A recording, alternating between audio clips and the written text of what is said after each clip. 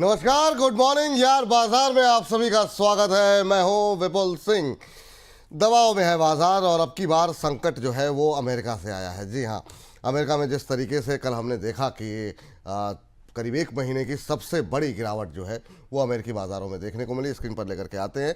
कल जो है हमने एक अच्छी खासी गिरावट देखी। कारण वही, जिस तरीके से मूडीज़ ने रेटिंग को डाउन किया है उसके बाद से हम देख रहे हैं लगातार वहाँ के ट्रेजरीज पर जो है दबाव देखने को मिल रहा है और बॉन्ड जो है वहाँ बॉन्ड मार्केट में काफ़ी ज़्यादा हलचल देखने को मिल रही है।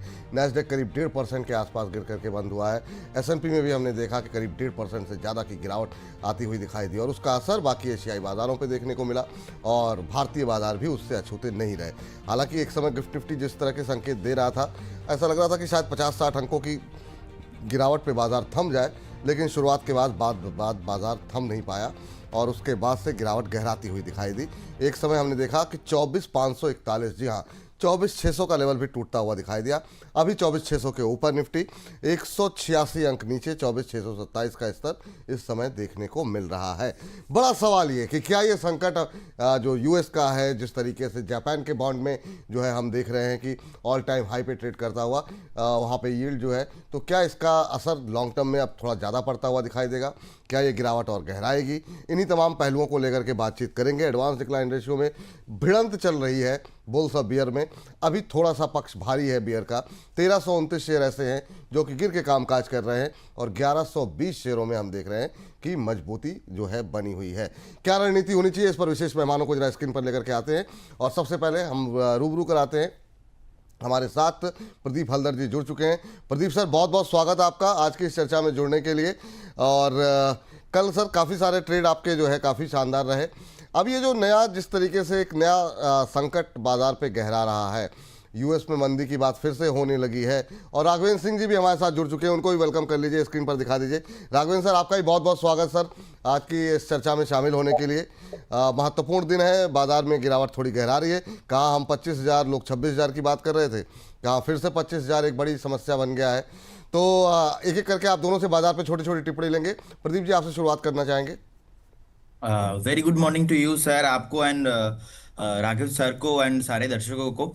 देखिए, मुझे लगता है कि लास्ट कल भी मैंने बताया था कि अमेरिका का जो मोदीज है उन्होंने AAA से AA रेटिंग किया है इकोनॉमी को। एंड सेकंड थिंग, अमेरिका का इन्फ्लेशन इंक्रीज हो गया है और कल का तो ज़्यादा सेलिंग प्रेशर नहीं था, कल तो बाइंग प्रेशर ही था। ज़्यादा बाइंग भी नहीं हुआ। तो मुझे एक चीज बहुत ही इंटरेस्टिंग लगा कि कल बाइंग हुआ, उससे एक दिन पहले 10,000 करोड़ के आसपास सेलिंग किया था FII लोगों ने। सो अभी मुझे एक चीज समझ में आ रहा है कि लोग ना ज्यादा कंफ्यूज्ड है अमेरिका में कि क्या करना है। क्योंकि कल ना मैं मेरा दोस्त को फोन किया था, उनसे पूछ रहा था कि आपको क्या लगता है अमेरिकन इकोनॉमी। वो बोला मैं तो कंफ्यूज्ड हूँ बहुत, क्योंकि ट्रम्प को जो है प्रिडिक्ट करना बहुत ही मुश्किल चीज है, क्या कर देंगे कोई ठीक नहीं। और मैं विपुल जी आपको आज से लास्ट 4 से 5 दिन से ही बता रहा हूं, मैं 25,000 के ऊपर जाएगा तब जाके बाय करूंगा निफ्टी में, कोई स्ट्रैटेजी बनाऊंगा। अदरवाइज मुझे 24,500 के नीचे एक क्लोजिंग चाहिए, क्योंकि जब तक ये दोनों लेवल नहीं ब्रेक होगा ना, अल्टीमेटली कंफ्यूज होता जाएंगे। और हम तो मुझे लगता है कि निफ्टी के केस में 24,550 से लेके 500 एक जोन है, इसके नीचे अगर क्लोजिंग आता है उस केस में आपको थोड़ा पोजीशन हल्का करने का जरूरत होगा। और बाकी बैंक निफ्टी में अभी 54,500 के आसपास एक सपोर्ट है। अगर 54,500 के आसपास उसके नीचे जाता है तो उस केस में थोड़ा खराब हो सकता है। उससे पहले अभी डरने का ऐसा कोई सिचुएशन हुआ नहीं। मुझे लगता है कि आज इतना इजी से तो ब्रेक नहीं करेगा। देखिए 24,600 के आसपास चल रहा है, तो अगर आज 24,500 के नीचे क्लोजिंग देता है तो फिर जाके आपको एक बार सोचना पड़ेगा। और बहुत टाइम से मार्केट भाग रहा था, तो मार्केट अभी एक रेंज बाउंड ट्रेड कर रहा है। अगर 24,500 के नीचे क्लोजिंग देता है उस केस में आपके पास एक बार 500 पॉइंट नीचे मिल सकता है, एक रेंज ओपन हो जाएगा। तो मेरा ख्याल से ये जो मार्केट में सेलिंग हो रहा है, इंडिया का कोई प्रॉब्लम नहीं है, इंडिया में वार नहीं है, मॉनसून ठीक है, इन्फ्लेशन ठीक है। आप देखिए, अब जो भी आप देखेंगे ऑलमोस्ट सारे पैरामीटर्स ओके है। लेकिन अभी का जो सेलिंग प्रेशर है, मुझे लगता है जो ग्लोबल अनसर्टेनिटी है ग्लोबल मार्केट की वजह से अभी मार्केट थोड़ा नीचे आ रहा है। तो हमें लेवल टू लेवल चढ़ना है। 24,500 के नीचे अगर आता है उस केस में मैं निगेटिव होना स्टार्ट करूंगा। 24,500 के नीचे अगर जाता है तो फिर नेगेटिव होने की आवश्यकता है। अभी नेगेटिव होने की आवश्यकता नहीं है, हालांकि उससे दूरी बहुत ज़्यादा है नहीं, 70-80 अंकों की ही दूरी रह गई है। यहाँ पर राघवेंद्र सर, आपकी टिप्पणी सर बाजार को लेकर के अभी। गुड मॉर्निंग विपुल जी। गुड मॉर्निंग प्रदीप भाई। देखिए, बाजार जिस हिसाब से अभी मूवमेंट दिखा रहा है, 25,000 का एक रेजिस्टेंस बना हुआ है। 25,000, 25,200 एक सप्लाई जोन है। 25,200 को क्रॉस करना इतना मुश्किल हो रहा है कि जैसे लग रहा है बहुत बड़ा बैरियर है वो। बट होपफुली मुझे लगता है कि वो अगले हफ्ते में क्रॉस कर जाना चाहिए, क्योंकि देखिए जितने भी ग्लोबल न्यूज हैं या जो बॉन्ड यील्ड बढ़ रही है, आप देखो डॉलर इंडेक्स अभी भी 9900 के नीचे अपना ट्रेड हो रहा है। बॉन्ड यील्ड बढ़ रही है, थोड़ा सा इन्फ्लेशन का कंसर्न है। और मुझे लगता है कि जब वो ट्रम्प आए थे तभी ये समझ में आ गया था कि यूएस का जो इन्फ्लेशन है वो ऑलरेडी हाई है और हाई रहेगा। ये एक अलग से बेंचमार्क सेट होगा। 2, 3, 4 दिन, 6 दिन उसका हो सकता है कि प्रेशर रहेगा, बट मेरे हिसाब से बहुत दिन तक ये एक्सटेंड नहीं होगा। दूसरी चीज, इंडिया में आप देखिए समय से मानसून आ गया, इन्फ्लेशन हमारे कंट्रोल में है। और सबसे बड़ी बात की जो एफआईआई की जो सेलिंग है वो बहुत बड़ी कोई सेलिंग नहीं है। हमने 25 दिन 30 दिन तक एफआईआई ने बाई किया है और 1-2 दिन बेच भी दिया तो बहुत ज्यादा इफेक्ट नहीं होता है मुझे लगता है। हाँ, क्लोजिंग बेसिस पे अगर 24,500 24,400 के नीचे बंद होते हैं तो एक ये सिग्नल खराब है, बट मुझे लगता नहीं कि उसके नीचे हम जाएंगे। अगर नीचे आए भी तो मुझे लगता है 1-2 दिन के अंदर रिकवरी भी आ जाएगी। तो देखिए, ओवरऑल जो आज की भी जो बिकवाली है, आप अगर ध्यान से देखें तो मिड कैप स्मॉल कैप में नहीं है, ब्रॉडर मार्केट में बिकवाली नहीं है। ये उन शेयरों में बिकवाली है जिसकी जिसकी डिपेंडेंसी जो है वो यूएस डॉलर पे है। और मुझे लगता है उसमें सबसे ज्यादा जो है वो आईटी स्टॉक्स है और एफएमसीजी है। और कुछ में रिजल्ट्स की वजह से, जैसे कोलगेट हो गया, और आप देखिए इंडसइंड बैंक है। इंडसइंड बैंक देखिए रिजल्ट इतना खराब आने के बावजूद भी जो है करीब करीब 2% ऊपर है, बट उसके चक्कर में बाकी जो हैवी वेट्स बैंक है वो नीचे है, 1% 2% उनका प्रेशर है। तो ओवरऑल मुझे लगता है कि जो आईटी स्टॉक्स में है प्रेशर, उसी की वजह से आज निफ्टी हमें 200 पॉइंट नीचे दिख रही है। बट मुझे नहीं लगता कि ब्रॉडर मार्केट में सेलिंग है। और ये जो मोमेंटम है, आई वोंट बी सरप्राइज अगर हम क्लोजिंग बेसिस पे 100 पॉइंट ऊपर बंद कर दें आज ही के दिन। तो मेरे हिसाब से ये अभी सुबह सुबह की सेलिंग है ये दोपहर तक एब्जॉर्ब हो जानी चाहिए। और मुझे लगता है कि एक रिबाउंड जो है रिलायंस, एचडीएफसी बैंक, आईसीआईसीआई, ये हैवी वेट्स में आएगा। और सबसे बड़ी चीज की विपुल जी आप ध्यान दीजिए कि मिड कैप स्मॉल कैप में सेलिंग नहीं है। इसका मतलब ब्रॉडर मार्केट में एब्जॉर्प्शन है, एफआईआई की बाइंग हो रही है, डीआईआई ने भी बाजार को होल्ड किया हुआ है। ठीक सर, बिल्कुल। तो यानी दोनों हमारे जो विशेष मेहमान हैं, दोनों का ये मानना है कि अभी घबराने चिंता करने जैसी कोई बात नहीं है, पैनिक जैसी कोई स्थिति नहीं है। 24,500 जो है प्रदीप जी ने लेवल बताए हैं और राघवेंद्र जी का मानना ये है कि बाजार में रिकवरी जो है वो आ सकती है। नेक्स्ट वीक में हो सकता है कि बाजार दोबारा रिबाउंड करेगा और 25,200 के लेवल भी टूटते हुए दिखाई दे सकते हैं। तो ये जो है फिलहाल मोटी मोटी बात। अब जरा बाजार पे नज़र डालते हैं क्या स्थिति देखने को मिल रही है, और कुछ एक सेक्टर, कुछ एक शेयरों पे बातचीत करेंगे, कुछ एक दर्शकों के टिप्पणियाँ भी लेते रहेंगे, और साथ ही साथ इंट्राडे ट्रेड भी जो है ढूंढने की कोशिश लगातार प्रदीप जी आपसे रहेगी कि आप तलाशते रहिए। इस बीच हमारे एक दर्शक हैं अर्पणा शर्मा जी, वो कह रही हैं कि यहाँ पर एनएचपीसी का क्या करें, और इनकी बाय जो है वो 110 की है।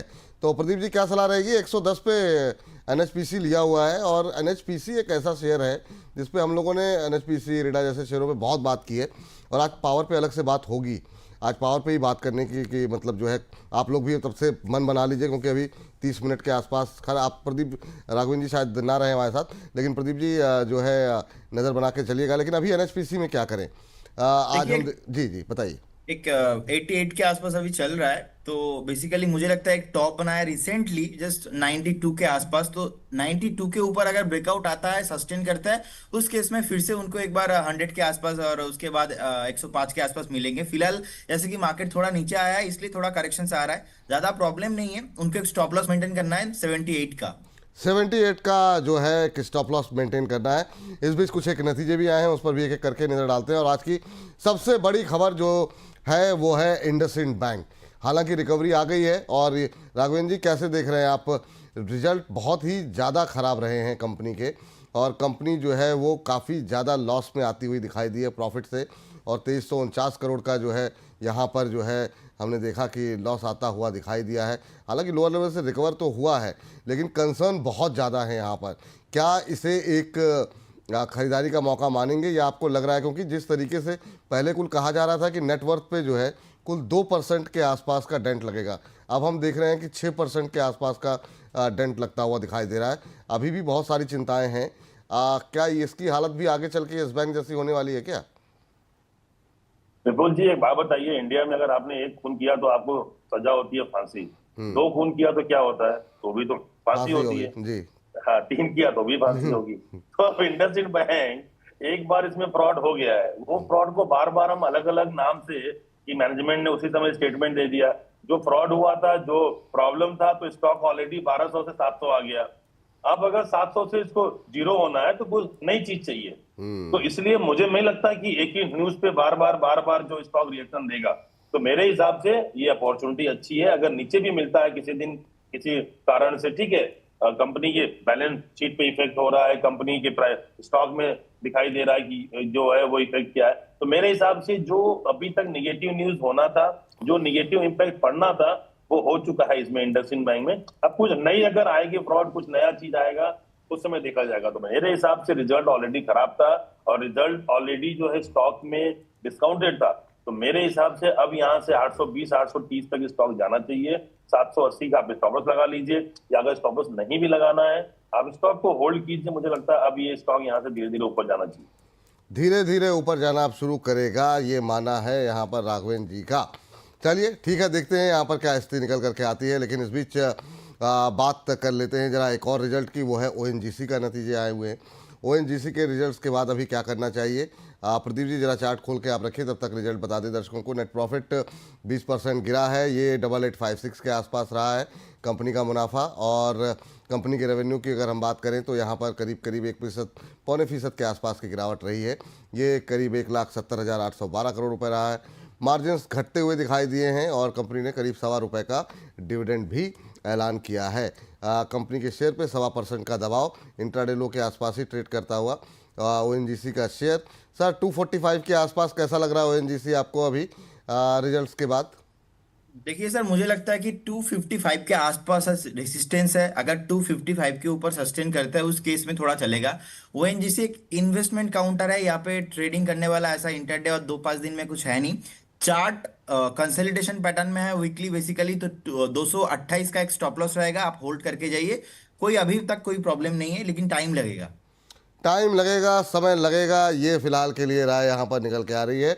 आज मतलब इतने दिनों से लगातार चर्चा करने के बावजूद डिफेंस स्टॉक ट्रेंड छोड़ना नहीं काम कर रहे हैं। अभी भी हम देख रहे हैं गूगल ट्रेंड में सबसे ज़्यादा जो है वो डिफेंस के शेयर ही ट्रेड करते हुए।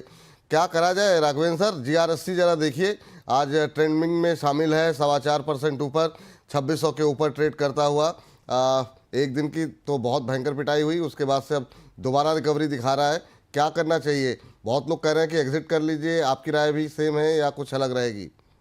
तो देखिए, स्टॉक ऑलरेडी जो है पूरे डिफेंस सेक्टर में ब्रॉडर बेस लेवल पे बाइंग आई है, और बहुत अच्छी रिकवरी आई है पिछले स्तरों से। अब वो करीब करीब जो लोग 30%, 40%, 25% प्रॉफिट पे है, वो ट्रेलिंग स्टॉप लॉस लेकर के चलेंगे, क्योंकि ट्रेलिंग स्टॉप लॉस नहीं लेंगे, किसी भी समय अगर रिवर्सल लेता है तो दिक्कत आएगी। मुझे लग रहा है कि यहाँ से 2800 तक का जो घर है वो ओपन हो चुका है। एक बार 2800 का लेवल क्रॉस करेगा, फिर हम 3000 की ओर बढ़ेंगे। तो मेरे हिसाब से मेरा अभी भी इस पे बाई ऑन डिप है। मैं बीच बीच में प्रॉफिट बुक करता रहता हूँ, बीच बीच में 150 रुपए के लिए बुक कर सकते हैं, बट जिनका लंबी अवधि का नजरिया है वो बिल्कुल बुक मत करें। वो अभी भी मुझे लगता है कि यहाँ से जितने भी डिफेंस स्टॉक हैं उन सब में अच्छी खासी रैली आ सकती है। देखिए विपुल जी, ऊंट अगर बैठा भी रहेगा तो वो गधे से ऊंचा रहेगा। तो मेरे हिसाब से ये जो डिफेंस स्टॉक हैं वो ऐसे ही हैं कि अगर ये थोड़े बहुत 1-2 दिन 2 कदम पीछे भी आ जाए तो भी ये जो बाकी छोटे मोटे स्टॉक हैं उनसे अच्छे रहेंगे। तो मेरे हिसाब से डिफेंस स्टॉक में अभी बने रहना चाहिए। डिफेंस स्टॉक्स में बने रहना चाहिए, ये राय जो है निकल करके आ रही है फिलहाल के लिए। और इस बीच झड़ी लगी हुई है सवालों की डिफेंस को बिल्कुल सर, लेकर। एक स्टॉक में ना ब्रेकआउट आया है। हाँ मुझे बिल्कुल लगता है कि जी जी। वारी एनर्जी लिमिटेड अभी देखिए 3065 के आसपास चल रहा है। तो मुझे लगता है कि यहाँ पे एक ब्रेकआउट आया है, यहाँ पे करंट लेवल से बाय करना है। यहाँ पे बहुत जल्दी आज 3085 का टारगेट आना चाहिए। 3085 रहेगा पहला टारगेट, और सेकंड टारगेट रहेगा 3110। और इसमें आपको एक स्टॉप लॉस भी मेंटेन करना होगा। स्टॉप लॉस रहेगा आपका 3025 रहेगा मेरा स्टॉप लॉस। इसमें एक ब्रेकआउट आया है, और सबसे इंटरेस्टिंग बात, लास्ट 10 मिनट्स पे जो वॉल्यूम आ रहा है मुझे लगता है आज और कल में टारगेट आ जाना चाहिए। आपको स्ट्रिक्टली स्टॉप लॉस मेंटेन करना है। और इंटरेस्टिंग फैक्ट और एक है कि लास्ट टाइम का जो टॉप था ना, वो 3,000 के ऊपर सस्टेन नहीं कर रहा था, अभी 3,000 के ऊपर भी आया है। तो मुझे लगता है पर्टिकुलर इस काउंटर पे ब्रेकआउट आया है। इंटरडे के लिए 3085 और 3110 के टारगेट के लिए आप बाई करके जा सकते हो स्टॉप लॉस क्या करेंसी। बताया, स्टॉप लॉस क्या बताया सर? 30 पे आप स्टॉप लॉस लगा लीजिए। ठीक है। देखिए जो वॉल्यूम है और जो मुझे लगता है कि मेरा जैसे कि काउंटर मैं पीक करता हूं, मुझे लगता है अगर इंटरडे पे नहीं भी आता है तो आपको दो एक दिन के लिए होल्ड करके जाना चाहिए। यहाँ पे बहुत जबरदस्त मूव आपको मिलेंगे। जबरदस्त मूव मिलने की संभावना है। वारी एनर्जी या स्क्रीन पर लेकर के आ जाइए, जरा दिखा दीजिए। 3% से ज़्यादा की तेजी इस समय 3,000 अब 76 का लेवल आता हुआ दिखाई दे रहा है, काफ़ी तेजी से ऊपर आया है। और यहाँ पर आपको स्टॉप लॉस 3010 लेवल्स नोट कर लीजिए। 3010 का स्टॉप लॉस, 3085 का पहला टारगेट, 3110 का दूसरा टारगेट। हालांकि अब दूसरे पहले टारगेट के काफ़ी नज़दीक पहुंच गया है, 3075 के आसपास, तो 10 रुपये की दूरी रह गई है। लेकिन दूसरे टारगेट पर नज़र रखिए जो कि है 3110 रुपये का। नज़रें हमारी यहाँ पर बनी रहेंगी। इसको जरा रिफ्रेश करके जरा स्क्रीन पर लेकर के आइएगा। अच्छी मजबूती यहाँ पर देखने को मिल रही है। 3072 3075 के आसपास अभी फ़िलहाल के लिए ट्रेड करता हुआ। चलिए इस बीच जो है अगली खबर पे और अगली कंपनी पे नज़र डालते हैं, यहाँ पर क्या रुझान देखने को मिल रहा है। चलिए इस बीच जो है मंजीत कौर जी कह रही हैं good morning, very good morning Manjeet ji. और हमारी एक दर्शक हैं प्रमिला देवी जी। इसके अलावा जो है संजय कुमार धीर जी और बाकी लोग जो पावर पे सवाल पूछ रहे हैं उनसे कह दें कि आज पावर पे बातचीत होगी, हमारी थीम रहेगी पावर की। तो आप लोगों के सवाल सभी जो है चाहे सुजान हो और पावर हो, इस पर हम बातचीत करेंगे, लेकिन जो है थोड़ी देर में। यहाँ पर राघवेंद्र सर जरा आइडिया फोर्ज निकाल के आइए, आपके लिए सलाह, आपकी राय जानना चाह रहे हैं। यहाँ पर 315 पे 562 के भाव पर 315 शेयर है इनके पास। अब ये कह रहे हैं यहाँ पे वेट करें या फिर एग्जिट कर लेना चाहिए एक बार के लिए। आइडिया फोर्ज एक और कंपनी जिसमें कि काफ़ी शानदार मूव रहा है। सबसे अच्छी बात यह है कि इनकी खरीद का भाव बहुत अच्छा नहीं अच्छा 562 पे, मुझे 315 से खरीद 562 पे लिए हुए हैं, 545 का भाव, 20 रुपये का नुकसान हो रहा है। सर क्या वेट करना चाहिए अभी आइडिया फोर्स पे? बिल्कुल वेट करिए। मुझे लगता है कि अगर आपको नीचे मिले तो और ले लीजिए। मुझे लगता है 600 प्लस का लेवल आज या कल ये दिखाना चाहिए स्टॉक। बहुत अच्छा ब्रेकआउट है 500 के ऊपर और ये उसके ऊपर मेंटेन है। आपने 562 पे लिया, कोई बात नहीं, आप इसको बने रहिए, आप इसमें से निकलिएगा मत। 620 650 का भाव बहुत जल्दी आपको दिखाई देगा। अब जो है आगे बढ़ते हैं और जरा एक और डिफेंस पे रश्मि राव जी पूछ रही हैं, वो है कोचिन शिपयार्ड। कोचिन शिपयार्ड में बहुत बात की हम लोगों ने। प्रदीप सर जरा देखिए, जरा कोचिन शिपयार्ड 2250 पे ले गया हुआ इन्होंने। 38 शेयर है रश्मि जी के पास और अब 1900 पे दोबारा आ गया है। कल जैसा कि मैंने बताया, एक दर्शक कह रहे थे कि बहुत लोग कह रहे हैं कि इसमें 70% 60% तक की गिरावट आ जाएगी।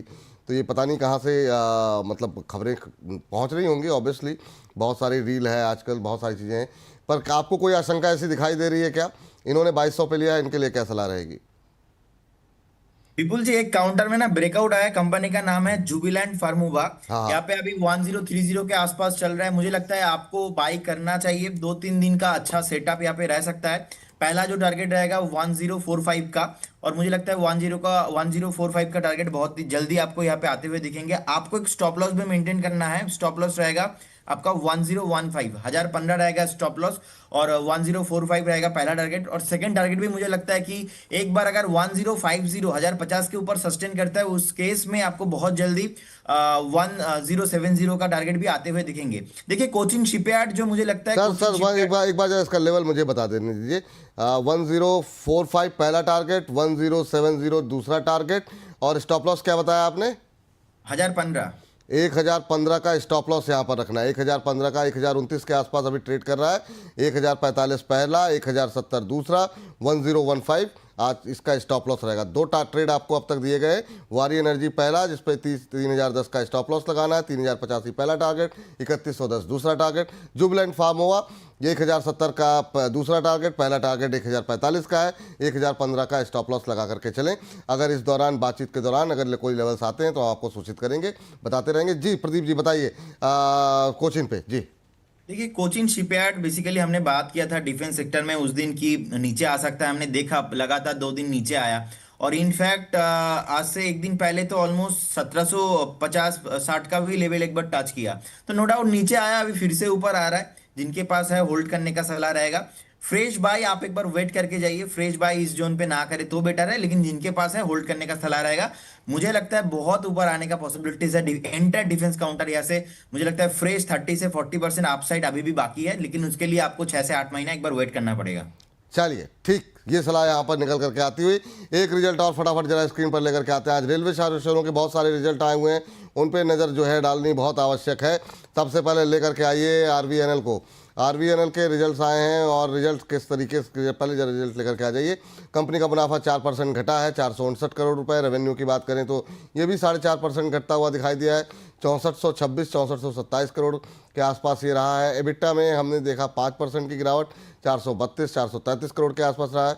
मार्जिन्स अगर देखें ऑलमोस्ट फ्लैट रहे हैं। कंपनी ने ₹2.25 पर शेयर का डिविडेंड का ऐलान भी यहाँ पर किया है। फ्लैट शेयर भी ट्रेड करता हुआ 411 के आसपास, 410 411 के आसपास। राघवेंद्र सर कैसे देख रहे हैं सर आरवीएनएल को आप? अभी 411 के आसपास ट्रेड कर रहा है। बिल्कुल जी, रिजल्ट भी फ्लैट है और स्टॉक भी फ्लैट है, तो मुझे नहीं लगता कि रिजल्ट बहुत ही जो है कोई ऐसा है कि जिससे स्टॉक में एनर्जी आ जाए। हाँ, टेक्निकली 400 के ऊपर है स्टॉक तो ठीक है, बट बहुत बड़ा अपसाइड मुझे लग नहीं रहा है। जिसके पास है एक बार वो प्रॉफिट बुक कर सकते हैं, इंतजार कीजिए। 380 370 का भाव है, 90 का भाव है, तो वहां बाई कीजिए। मेरे हिसाब से अभी स्टॉक नो ट्रेड जोन में है, तो यहाँ पे प्रॉफिट बुक कर सकते हैं या फिर ट्रेलिंग स्टॉप लॉस 395 का लगा लीजिए। चलिए, तो ये राय है, अभी नो ट्रेड जोन में दिखाई दे रहा है। चलिए, इस बीच हमारे एक दर्शक हैं असर साहब। असर साहब कह रहे हैं, sir I am new member on your channel, और ये उन्होंने हमारी प्राइम मेंबरशिप ली है, तो पहले तो वेलकम टू द फैमिली असर साहब। और वीबीएल का भविष्य जानना चाह रहे हैं सर, इसका भविष्य क्या है, इनमें तेज़ी आने के क्या चांसेस हैं, क्या एग्जिट कर लेना चाहिए, आपने किस भाव पे लिया है असर साहब, ये भी बताना आपके लिए बहुत आवश्यक है। तो आपको, चलिए ठीक है, अभी के लिए तो डिस्कस कर लेते हैं। आज 1% के आसपास की गिरावट देखने को मिल रही है। लोअर लेवल से थोड़ी सी रिकवरी आती हुई दिखाई दी है, लेकिन सर ये पिटा है अच्छे से, एक महीने में करीब 13-14% गिरा है। प्रदीप सर, क्या टिप्पणी रहेगी आपकी वरुण बेवरेजेस को लेकर के? देखिए, मुझे लगता है कि लास्ट एक दिन का अगर हम देखेंगे कि एक मेजर ब्रेकफॉल हुआ है, तो 515 के आसपास से एक ब्रेकफॉल स्टार्ट हुआ है। तो एक सपोर्ट था ऑलमोस्ट 475 के आसपास, अभी यहाँ पे ही है, मेक और ब्रेक लेवल पे है। तो एक बार अगर 475 ब्रेक हो जाता है तो उस केस में 440 तक गिरने का पॉसिबिलिटीज है। तो जिनके पास है, आप एक बार शॉर्ट टर्म के लिए अगर खरीदे हुए हो तो आप 440 450 एक बार टेस्ट हो सकता है। बाकी फंडामेंटल मुझे अच्छा ही लगता है, ज़्यादा कुछ प्रॉब्लम है नहीं, लेकिन शॉर्ट टाइम में मुझे लगता है यहाँ से भी 30 से 40 पॉइंट नीचे आने का पॉसिबिलिटीज है। 30-40 पॉइंट्स और नीचे जाने का पॉसिबिलिटी है, ये राय है सर साहब आपके लिए। और इस बीच जो है एक और रिजल्ट लेकर के आते हैं स्क्रीन पर, वो है आईआरएफसी का। और आईआरएफसी पे सवाल आज बहुत ज़्यादा हैं। माफ़ कीजिएगा, आईआरएफसी नहीं, जो है इरकॉन के रिजल्ट्स आए हैं, वो थोड़ी सी तेज़ी में जो है जबान फिसल गई। इरकॉन के रिजल्ट्स जरा स्क्रीन पर लेकर के आइए। और इरकॉन पे अगर हम देखें, आज हम देख रहे हैं कि करीब 1.5% के आसपास का दबाव देखने को मिल रहा है। कंपनी का मुनाफा 14-15% घट करके 211 करोड़ रुपए रहा है। रेवेन्यू में 10% की गिरावट रही है, 3412 करोड़ रुपए। एबिटा की बात करें तो यहाँ पर 20% की गिरावट रही है, 261 करोड़ रुपए। मार्जिन्स करीब जो है अगर हम देखें तो 1% के आसपास की गिरावट यहाँ पर भी रही है। 1.5% नीचे इरकॉन का शेयर। क्या टिप्पणी रहेगी राघवेंद्र सर, ये नतीजों को देखने के बाद क्या मोह भंग हो रहा है, या फिर आपको लग रहा है कि काफ़ी हद तक एक्सपेक्टेड थे और नेक्स्ट क्वार्टर पे नज़रें रहनी चाहिए? आपकी टिप्पणी राघवेंद्र सर क्या रहेगी इरकॉन पे? देखिए, रिजल्ट तो मुझे लगता है काफी डिसअपॉइंटिंग है, और सबसे बड़ी बात जो मार्जिन है वो एक सबसे बड़ा नेगेटिव पॉइंट है। तो मुझे लगता है कि मार्जिन कम हो रहा है प्रॉफिट में, तो वो थोड़ा सा दिक्कत हो सकता है। तो मेरे हिसाब से स्टॉक एक बार 175 170 के लेवल पे आ जाना चाहिए। अगले क्वार्टर में देखेंगे कितना इंप्रूवमेंट कंपनी कर पाती, बट मुझे नहीं लगता कि अगले 2 क्वार्टर में कोई बहुत बड़ा इंप्रूवमेंट होगा। तो लंबी अवधि के जो निवेशक हैं वो थोड़ा सा उनको और होल्ड करना पड़ेगा। उनका अगर व्यू अगर था 3 महीने 4 महीने में ऊपर आने का, थोड़ा सा मुश्किल है, बट मेरे हिसाब से एक बार 170 के नीचे स्टॉक आना चाहिए। ठीक सर, चलिए इस बीच सर, चूंकि बात इरकॉन और कई सारी रेलवे कंपनियों की हुई, जरा स्वाति जी बहुत देर से सवाल कर रही हैं आईआरएफसी को लेकर के। प्रदीप सर, जरा आईआरएफसी का चार्ट देखिए, क्या कह रहा है ये? कह रहे हैं कब तक देखने को मिलेंगे, एक हाई लेवल कब तक देखने को मिलेंगे? इन्होंने एक 186 पर लिया हुआ है आईआरएफसी, और हायर लेवल की बात कर रही हैं कि दोबारा अपना 52 वीक हाई जो है कब देखने को मिलेगा। 500 137 के आसपास है, 186 खरीद, करीब करीब इनको जो है यहाँ पर 50 रुपये पर शेयर का नुकसान होता हुआ दिखाई दे रहा है। क्या करना चाहिए? IRFC पे कब आएगा इनका भाव सर? देखिए, रेलवे इंटर रेलवे काउंटर में तो मैं पॉजिटिव हूँ, लेकिन अभी थोड़ा सेलिंग प्रेशर आ रहा है।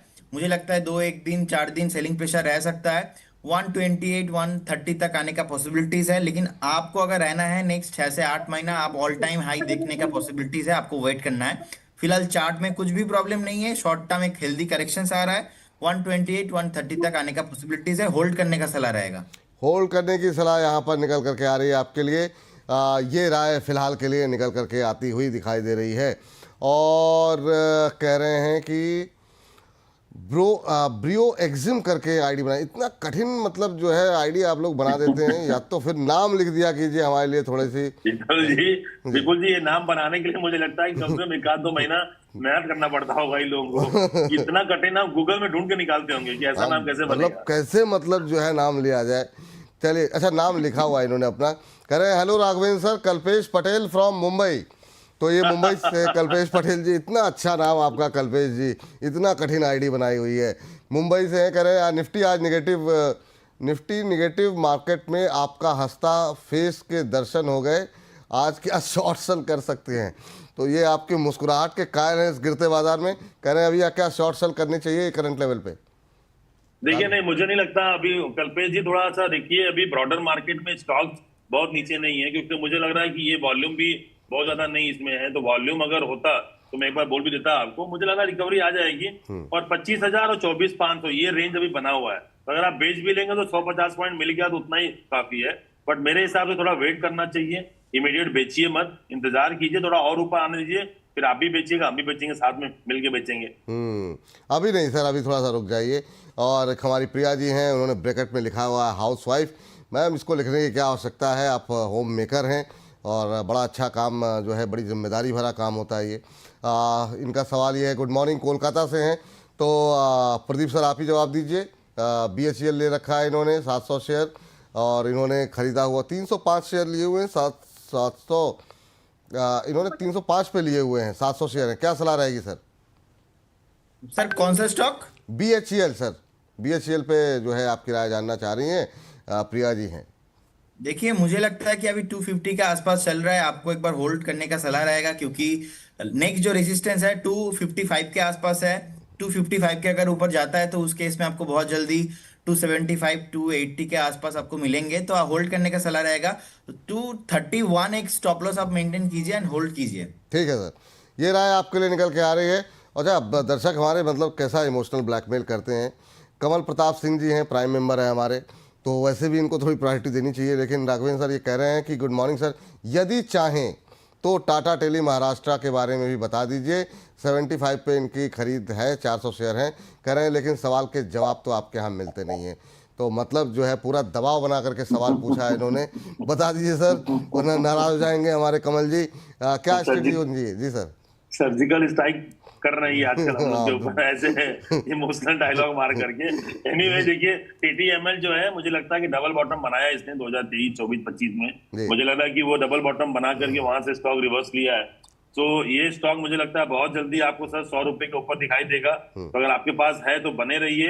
अगर नीचे मिलता है, डिप आता है, किसी कारण से 60 रुपए आ जाए तो ऐड कीजिएगा। मेरे हिसाब से लंबी अवधि के अगर आप निवेशक हैं तो स्टॉक में निवेश कर सकते हैं। 75 के आसपास है, 65 70 का आप स्टॉप लॉस लगा लीजिए क्लोजिंग बेसिस पे। बट मेरे हिसाब से 100 रुपए के ऊपर स्टॉक दिखना चाहिए। ठीक, चलिए, ये टिप्पणी जो है आपको जो है यहाँ पे आपके लिए कमल जी, उम्मीद करते हैं नाराजगी दूर होगी। और यहाँ पर व्यस्तता है राघवेंद्र सर की। राघवेंद्र सर, थैंक यू आज की चर्चा में जुड़ने के लिए। चलते चलते कोई डिस्क्लोजर आपकी तरफ से सर? बहुत बहुत धन्यवाद विपुल जी शो में बुलाने के लिए। और जिन शेयरों के बारे में बात किया है उसमें से मेरे पास कोई निवेश नहीं है। मेरे इन्वेस्टर्स, मेरे जो ट्रेडर हैं, उनके पास हो सकता है। और आपकी वृंदावन की यात्रा कैसी रही सर? बहुत बढ़िया थी सर, बहुत मजा आया। एक हफ्ता एकदम लग रहा था कि एकदम अलग दुनिया में है। वाह। और मैं तो यही बोलूंगा सबको कि एक बार वृंदावन उनको सबको जाना चाहिए एक बार। चलिए सर, अब अगली बार जाइएगा तो बता दीजिएगा, हमारे तो पास में ही है, आ जाएंगे वहाँ, आपसे मुलाकात भी हो जाएगी। और जो है ईश्वर का थोड़ा ध्यान भी लगा लीजिए। थैंक यू सर, बहुत बहुत धन्यवाद। Thank you.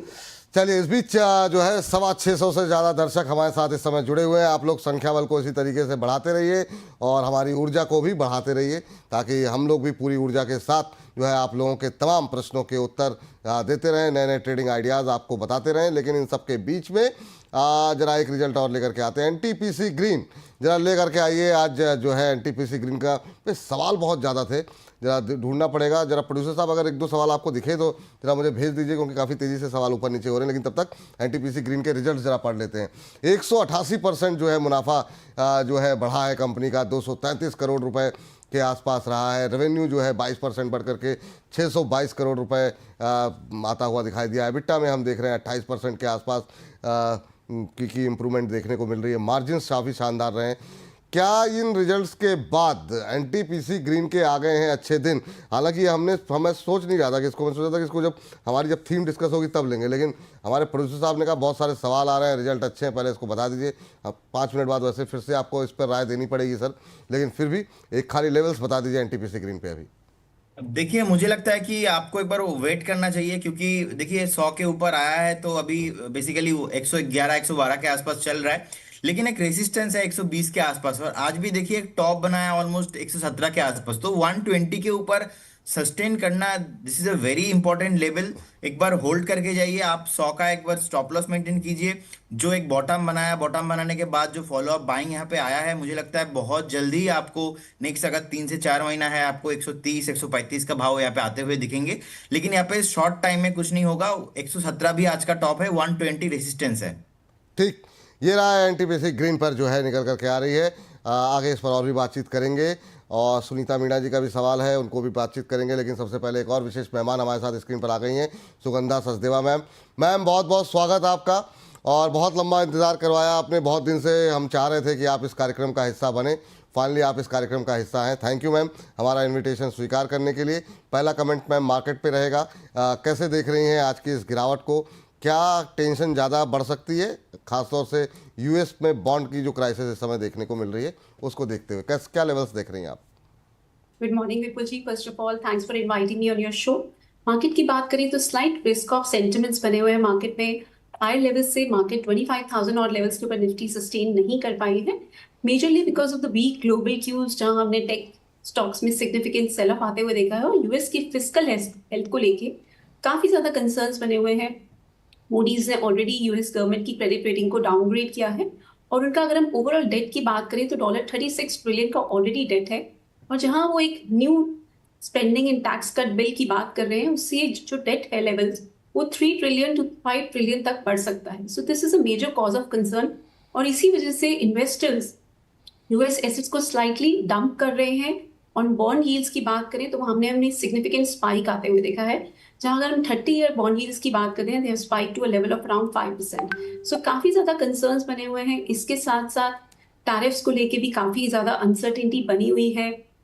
Talks are on between US and China, और इंडिया और यूएस की भी ट्रेड डील को लेके काफी ज्यादा अनसर्टेनिटी बनी हुई है। इंटरिम एग्रीमेंट जुलाई से पहले पहले हो सकता है, और जहां government is seeking no tariffs on Indian goods. So बहुत सारे कंसर्न्स हैं। इवन तो कुछ पॉजिटिव फैक्टर्स भी जरूर निकल के आ रहे हैं, जहां हमने डॉलर इंडेक्स में सिग्निफिकेंट डिक्लाइन आते हुए देखा है। Crude oil prices are hovering around $65 a barrel, और अगर हम इन्फ्लेशन की भी बात करें, so that has slipped to a 6-year low. So these are some positive catalysts. और अगर हम अर्निंग्स ग्रोथ की बात करें, so they have been slightly moderate, not very encouraging, but बहुत डिसअपॉइंटिंग भी नहीं रही है अर्निंग्स। सो ओवरऑल अभी ये मोमेंटम अर्निंग्स का हमें नेक्स्ट क्वार्टर में भी देखना होगा। I have a positive view on market, even though shorter term correction जरूर देखने को मिल रही है, but yes this correction is likely to subside around major level की बात करें तो 24,400 is a very strong support area for Nifty. और वहीं अगर हम इसके नीचे भी स्लिप हो जाते हैं, 24,000 मार्क मुझे नहीं लग रहा अभी नियर टर्म में ब्रेक हो जाएगा। वहीं अगर हम बैंक निफ्टी की बात करें तो 54,500 remains a very strong support area. As long as this is holding, outlook remains positive, even though high side पे 55,700 56,000 और लेवल्स एक क्रूशियल रेजिस्टेंस बने हुए हैं। सो मुझे लगता है अभी नियर टर्म के लिए स्लाइटली साइडवेज रहेगा मोमेंटम, काफी ज्यादा ग्लोबल क्यूज की तरफ नजर रहेगी, एंड इसके साथ साथ जो ट्रेड नेगोशिएशंस है उस पर भी मार्केट की काफी ज्यादा नजर रहेगी। ठीक, चलिए, तो ये बात यहाँ पर बाजार को लेकर के निकल के आती हुई अगली अपनी थीम पर आए। पावर की आज की हमारी थीम है मैम, हर रोज़ हम एक नई थीम पे बातचीत करते हैं। ये करीब 10 से 15 मिनट का डिस्कशन होता है, जिसमें कि हम अलग से हम 2:30 बजे अपलोड करते हैं। उस थीम पर आए, लेकिन उससे पहले एक सवाल ले लेते हैं। प्रदीप सर, आप शंकर सिंह जी का प्रश्न है, कह रहे हैं कि प्रदीप जी को मेरा प्रणाम। लॉन्ग टर्म के लिए CDSL में क्या बड़ा पैसा लगाया जा सकता है, और क्या इसके साथ का BSE तो ऑल टाइम हाई कर गया, ये अभी शायद 30 रुपए डाउन है।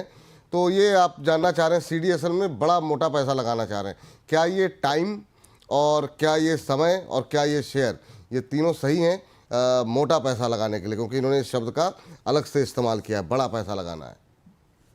देखिए, फर्स्ट ऑफ ऑल आपको बहुत इंपॉर्टेंट है पोजीशन साइज मैनेज करना। तो कोई भी स्टॉक पे आपको ऐसे एक बड़ा पैसा नहीं लगाना है। आपको आपका पोर्टफोलियो का रिस्क देख के आपको इन्वेस्ट करना है, first thing. Second thing is, देखिए अभी 1457 के आसपास चल रहा है। आप टॉप से देखेंगे नियर अबाउट आपका अभी भी 45% नीचे आया था, उसके बाद अभी भी लगभग 25% नीचे ही ट्रेड कर रहा है ऑल टाइम हाई से।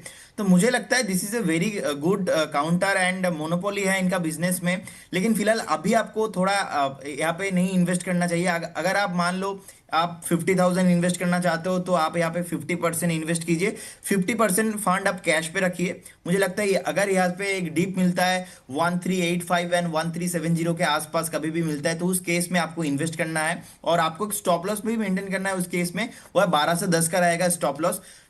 नीचे आया था, उसके बाद बॉटम बनाने के बाद अभी ऊपर आ रहा है, कोई प्रॉब्लम नहीं है बिजनेस में फंडामेंटल पे। बस वैल्यूएशंस को लेके थोड़ा कंसर्न है, इसीलिए मैं थोड़ा एक बार वेट करना पसंद करूंगा। चलिए, ये बात निकल करके आती हुई अब जरा लौटते हैं फटाफट अपनी थीम के ऊपर, आज हम बात कर रहे हैं पावर थीम को लेकर के। एक एक लाइन की टिप्पणी आप दोनों से पहले तो ये जानना चाहेंगे, और सुगंधा जी आपसे, पावर में जो एक ब्रेक लगा हुआ है, कंसोलिडेशन, सुस्ती, जिस शब्द का नाम दे दीजिए, लेकिन पिछले क्रॉस द बोर्ड, प्राइवेट हो या फिर PSUs, सब में दबाव देखने को मिल रहा है। क्या अभी लंबा चलेगा ये, या फिर आपको लगता है कि नंबर आने वाला है?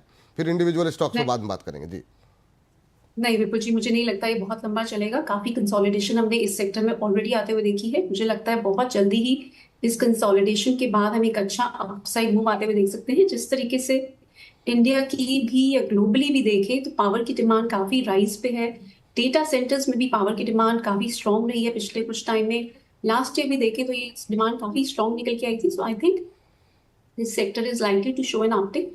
थोड़ा सा पेशेंस रखें, this sector is likely to do well. हम स्टॉक स्पेसिफिक ही बात करेंगे, but then I have a positive view on this sector. चलिए, ये अच्छी बात है।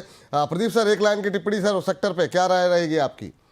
सर मेरा भी वही मानना है कि मैं भी मतलब अभी छोटा मोटा करेक्शन आ सकता है एक, क्योंकि देखिए बहुत टाइम से चल रहा है थोड़ा। तो मुझे लगता है अभी भी चलना बाकी है। मैं पॉजिटिव हूँ ओवरऑल, क्योंकि मुझे लगता है कि इंडिया का नेक्स्ट जो थीम है ना, पावर एनर्जी, यही रहेगा। तो मैं पॉजिटिव हूँ ओवरऑल। पॉजिटिव है। चलिए, दोनों ही हमारे एक्सपर्ट पॉजिटिव है यहाँ पर। अब जरा सेक्टर स्पेसिफिक बात कर लें। संजय कुमार धीर जी कह रहे हैं, सर आयुष वेलनेस पर आपसे सलाह मिल जाए तो बल्ले बल्ले हो जाएगी। बल्ले बल्ले अभी नहीं होगी, 1 बजे हो जाएगी सर। सवाल का जवाब मिल जाएगा आपको। अभी थोड़ा थीम पे फोकस कर लें, उसके बाद आपके सवाल का भी जवाब मिल जाएगा। चलिए, शुरुआत करना चाहेंगे सर इरिडा के साथ। हालांकि ये अपने सेक्टर का बैंक है, इसे सीधा सीधा पावर कहना तो कंपनी कहना थोड़ी सी नाइंसाफ़ी होगी, लेकिन चूंकि पावर कंपनियों को के लिए ये धन मुहैया कराते हैं, तो इसी के साथ शुरुआत करना चाहेंगे। प्रदीप जी, पहली टिप्पणी आपसे, इरिडा से शुरुआत करना चाहेंगे। इरिडा पे क्या करें? बहुत लोग ये एक ऐसा शेयर है सर जिसपे कि हर लेवल पे लोग फंसे हुए हैं। 34 रुपये पे आप IPO आया, क्या शानदार मूव देखने को मिला। 300 से ऊपर जाता हुआ शेयर दिखाई दिया, फिर नीचे भी पिटाई हुई काफ़ी ज़्यादा। अभी 200 के आसपास, 225 के आसपास बहुत सवाल आते हैं हमारे पास। कुछ लोग लोअर लेवल पे भी लिए होंगे। आपकी टिप्पणी क्या है सर, इरिडा पे क्या करें? देखिए विपुल जी, आप देखेंगे IPO आया था, उसके बाद से लगातार चला। तो ऐसा तो होने वाला बिल्कुल भी नहीं है कि लगातार चलेगा, राइट। सो 300 के आसपास एक टॉप बनाया, उसके बाद अभी 170 के आसपास चल रहा है। 138 के आसपास एक लो भी है। तो मुझे लगता है जो शॉर्ट टाइम पे नीचे आना था आ गया है, बॉटम भी बना लिया।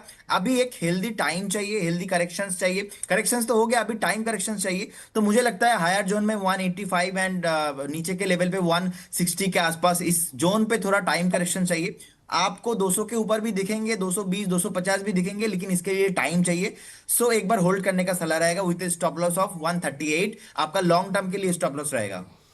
लॉन्ग टर्म के लिए स्टॉप लॉस रहेगा। ये बात इरिडा पे निकल करके आ रही है। मैम, NTPC जरा देखिए आप, NTPC पे अभी क्या करना चाहिए? ये भी शेयर ऐसा है कि जहाँ पे रिटेलर्स की ठीक ठाक पोजीशन है और काफ़ी क्वेरीज आती हैं। उम्मीद थी अब चलेगा, एनटीपीसी ग्रीन होने के बाद चलेगा, लेकिन काफ़ी अंडर परफॉर्मेंस दिखाई है। एक महीने में करीब 5% का नेगेटिव रिटर्न रहा है। अभी जो लोग फंसे हुए हैं उनके लिए क्या सलाह रहेगी आपकी? विपुल जी, अगर देखें तो अभी भी मुझे लग रहा है ये कंसोलिडेशन के फेज में ही रहेगा। हमने लोअर लेवल से एक अच्छा रिबाउंड आते हुए देखा, then stock is again slip lower. मुझे लग रहा है ये कंसोलिडेशन का phase will continue towards 310 to 305 odd levels. वहां से दोबारा से बाइंग की अपॉर्चुनिटीज इमर्ज होंगी। लोअर लेवल्स की वेट करें, वहां से अगर आप फ्रेश बाइंग करना चाहते हैं तो फ्रेश बाइंग भी कर सकते हैं।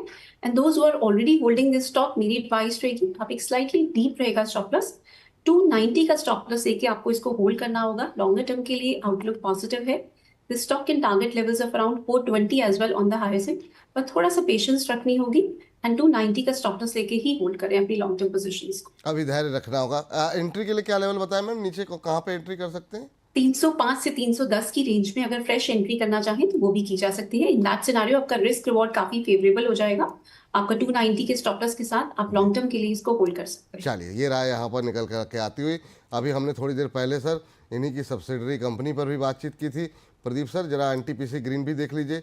रिजल्ट्स भी आए हैं और आज क्वेरीज भी काफ़ी ज़्यादा हैं एनटीपीसी ग्रीन को लेकर के, और काफ़ी शानदार मूव देखने को मिल रहा है। क्या एनटीपीसी से बेटर चार एनटीपीसी ग्रीन के लग रहे हैं, और क्या यहाँ फ्रेश एंट्री की जा सकती है? और जिनके पास है वो क्या करें? 5-6% का नेगेटिव रिटर्न एनटीपीसी का रहा है और एक महीने में 4% का पॉजिटिव रिटर्न एनटीपीसी ग्रीन का रहा है। आपकी टिप्पणी? देखिए विपुल जी, मुझे लगता है 102 100 के आसपास एक सपोर्ट है और 120 के आसपास एक रेजिस्टेंस है। फिलहाल अभी देखिए, आपने देखा ही होगा आईपीओ आया था, उसके बाद थोड़ा 2 हफ्ता चला, उसके बाद लगातार नीचे ही आया है। तो लोअर टाइम फ्रेम से 85 90 के आसपास एक अच्छा वैल्यूएशंस के साथ बेस बनाया। अभी ऊपर आ रहा है 100 के ऊपर, जब तक है कोई प्रॉब्लम नहीं है। 118 के आसपास, 120 के आसपास एक रेसिस्टेंस है। जैसे ही 120 के ऊपर सस्टेन करेंगे तो मुझे लगता है बहुत जल्दी यहाँ पे आपको 135 140 के लेवल्स देखने को मिलेंगे। तो एक बार होल्ड करने का सलाह रहेगा। फ्रेश बाय इस जोन पे नहीं करना है। फ्रेश बाय अगर कभी भी आपको 107 106 के आसपास मिलता है, उस जोन पे आपको करना है। चलिए, तो ये बात तो हो गई इरडा को लेकर के, एनटीपीसी ग्रीन को लेकर के। मैम, जरा एनएचपीसी के भी चार्ट खोल लीजिए। हालांकि हम लोगों ने बात इस पर की है, लेकिन चूंकि इस सेगमेंट को हम अलग से अपलोड करेंगे, तो यहाँ पर ये 92 का लेवल क्रॉस कब करेगा? बार बार जाता है, 90 को छू करके वापस आता है, और फिर लोगों को लगता है ब्रेकआउट आने वाला है, फिर वो वापस इंतज़ार करना पड़ता है। काफ़ी पेशेंस टेस्ट कर रहा है एनएचपीसी। ऐसा ना हो कि लोग एग्जिट करें और उसके बाद से ही चलना चालू करें। आपकी टिप्पणी क्या रहेगी एनएचपीसी पे? Vipul ji, I have a very positive outlook. यहाँ पर एक ऑलरेडी अगर हम देखें तो पेनेंट फॉर्मेशन का ब्रेकआउट हुआ है और this stock is headed higher. यहाँ पर कुछ भी डिप्स मिलते हैं तो बाइंग की ही एडवाइस रहेगी। बहुत स्ट्रॉन्ग बेस बिल्डिंग हुई है at levels of 70 and then 77, and stock is sustaining above its key moving averages weekly time frame पे, which is a positive signal. So यहाँ पर आपको कुछ भी टिप्स मिलते हैं towards 82 83 लेवल्स, आप यहाँ पर बाय कर सकते हैं। स्टॉप लॉस आपके रहेंगे 74 के, एंड हायर साइड में आपको 105 तक के लेवल्स जल्दी ही देखने को मिल सकते हैं। ये नजरिया रखिए आप 2 महीने तक का। 2 महीने में आपको 105 तक के लेवल्स देखने को मिल सकते हैं। So as compare to other stocks that we have discuss, मुझे एनएचपीसी का आउटलुक काफी फेवरेबल नजर आ रहा है। चलिए, ठीक है, ये बात एनएचपीसी को लेकर के निकल के आगे आ गई। और अब जरा पावर ग्रिड पे बात कर लेते हैं। प्रदीप सर, एक और पीएसयू जरा फटाफट नजर डालिए, 2.25% नीचे। ये क्या बेस, मतलब और कितना नीचे जाएगा सर? एक महीने में 7-7.5% का करेक्शन आ गया। क्या समस्या है, समझ में नहीं आ रही यहाँ पर जो है कंपनी की तरफ से। हालांकि रिजल्ट जो रहे थे ठीक है, मुनाफा मार्जिनली डाउन हुआ था, लेकिन इतनी पिटाई क्या, मतलब कहाँ पे एंट्री कर सकते हैं और क्या एंट्री करने लायक है भी या नहीं? देखिए अभी चार्ट में ना एक ब्रेकडाउन आया है रिसेंटली, तो 298 के आसपास एक सपोर्ट था, सपोर्ट ब्रेक हो चुका है। नेक्स्ट सपोर्ट 283 के आसपास है, तो मुझे लगता है 283 ब्रेक नहीं होना चाहिए। अब देखिए रिसेंटली ना चला भी बहुत था, ऑलमोस्ट 255 से आप देखेंगे ऑलमोस्ट 320 के आसपास आ गया था। सो मेरा ख्याल से देखिए चार्ट में ओवरऑल जो ट्रेंड है पॉजिटिव था, उसके बाद में नेगेटिव हुआ, अभी डाउन ट्रेंड में ही है। तो फिलहाल इस जोन पे एंट्री करने का कोई सलाह नहीं रहेगा। लॉन्ग टर्म में तो कोई प्रॉब्लम नहीं है, लेकिन मुझे लगता है एक बार 270 एवं 260 के आसपास आ सकता है। तो एक बार अभी वेट एंड वॉच करने वाला सिचुएशन रहेगा। जी, चलिए ये रहा यहाँ पर निकल करके आती हुई विष्णु सोनी जी। आपका सवाल देख लिया है सर, 1 बजे डिस्कस कर लेंगे। कह रहे हैं 60 से अब मत कीजिए सर, अभी थीम चल रही है ये, 1 बजे के शो में आपका सवाल डिस्कस कर लेंगे डिटेल में, और समय रहेगा तो एक साइड पे भी बात कर लेंगे, लेकिन समय की थोड़ी सी कमी रहती है इस कार्यक्रम में। चलिए अब बात कर लेते हैं SJVN को लेकर के सर। मैम आपकी टिप्पणी जानना चाहेंगे SJVN को लेकर के। अभी ये शेयर 100 रुपये के आसपास थोड़ा सा रुकता हुआ दिखाई दे रहा है, अभी भी 100 के आसपास ही चल रहा है, 101 के आसपास। क्या कब ये यहाँ पे ऊंचाई छूता हुआ ये दिखाई देगा? 159.60 का इसका 52 वीक हाई है, कब जाएगा मैम उस तरफ? ये अभी 101 100 रुपये के आसपास चल रहा है। विपुल जी, पिछले साल जुलाई ऑनवर्ड्स हमने सिग्निफिकेंट करेक्शन आते हुए देखी। Now this stock is attempting to witness a rebound. मुझे लग रहा है ये रीबाउंड कंटिन्यू करेगा, थोड़ा सा करेक्शन जरूर है बट ओवरऑल हेल्दी ट्रेंड बना हुआ है। कुछ डिप्स मिलते हैं टुवर्ड्स 93 94, इसमें बाइंग की जा सकती है। यस, जैसा कि आपने भी कहा 100 के ऊपर सस्टेन नहीं कर पा रहा है, but eventually it will be able to sustain above that because I have a overall positive view on markets. सो इस सेक्टर में भी अगर आप देखें, सॉरी इस स्टॉक में भी देखें, तो कुछ टिप्स पे ही बाइंग करें। करंट लेवल्स पर अभी बाइंग की एडवाइस नहीं रहेगी, थोड़ा सा कंसोलिडेशन है। 92 से 93 के आसपास बाइंग करें। स्टॉप लॉस रहेंगे आपके 82 एंड हायर साइड पे 122 तक के टारगेट्स इसमें देखने को मिल सकते हैं। ठीक है, थोड़ा सा टाइम रहेगा, ये नजरिया हमारा 4 से 5 महीने तक का रहेगा। 4-5 महीने का नज़रिया जो है आप बना कर चलें। 120 तक के लेवल जो है, 120-22 के लेवल यहाँ पर देखने को मिल सकते हैं। चलिए इस बीच जो है आगे बढ़ते हैं और अगली कंपनी लेकर के आते हैं। सुज़लॉन कब तोड़ेगा अपना जो है ये दायरा सर? सुज़लॉन पे ज़रा राय दीजिए। ये एक तरफ उधर NHPC परेशान कर रहा है, इधर सुज़लॉन ये भी अपना लेवल नहीं तोड़ रहा है, उधर NHPC नहीं तोड़ रहा है। सर क्या करें? सुज़लॉन एनर्जी पे 61 के आसपास चल रहा है, 62 तोड़ेगा इस बार? देखिए विपुल जी, बहुत टाइम, मल्टीपल टाइम एक रेसिस्टेंस था 58 के आसपास। इनफैक्ट हमने बहुत बार ऑलरेडी डिस्कशन किया था। अभी 58 के ऊपर जैसे ही सस्टेन हो रहा है तो मुझे लगता है कि एक बार आपको ना यहाँ पे 68 69 का भाव मिल भी सकता है, लेकिन यहाँ पे ना मैं फ्रेश एंट्री नहीं करने का सलाह दूंगा, क्योंकि बहुत सारे लोग फंसा हुआ है। आपको पता ही है एक टाइम पे कितना प्राइस पे ट्रेड करता था, अभी 60 65 के आसपास ट्रेड हो रहा है। मैंने आपको पहले भी बताया था अगर 45 के नीचे नहीं जाता है तो एक बार बाउंस देखने को मिलेंगे। तो 45 के बाद 58 में लगातार 2-4 हफ्ता तो मतलब वहां पे ही था। अभी 58 के ऊपर जैसे ही आया तो मुझे लगता है एक बार 68 69 तक आ सकता है, लेकिन जिनके पास है होल्ड करने का सलाह रहेगा। अगर आपको ऊपर में कभी भी लेवल मिलता है आप एग्जिट ही कीजिए, बेटर है। नो फ्रेश एंट्री सुज़लॉन में। नो फ्रेश एंट्री सुज़लॉन के लिए फिलहाल के लिए ये सलाह यहाँ पर निकल करके आ रही है। अगली कंपनी जो है अब इस स्क्रीन पर लेकर के आते हैं वो है आर पावर। आर पावर पे भी रिटेल पार्टिसिपेशन काफ़ी ज़्यादा रहे, काफ़ी सारे सवाल हमारे पास आते रहते हैं। आज फ्लैट ट्रेड करता हुआ 45 रुपये के आसपास ट्रेड कर रहा है। एक महीने में करीब 3-3.5% के आसपास की मजबूती रही है। मैम इसमें मैनेजमेंट को लेकर के कुछ चिंताएं रहती हैं पुराने अनुभवों को देखते हुए, आपकी सलाह क्या रहेगी? क्या करना चाहिए रिलायंस पावर पे अभी?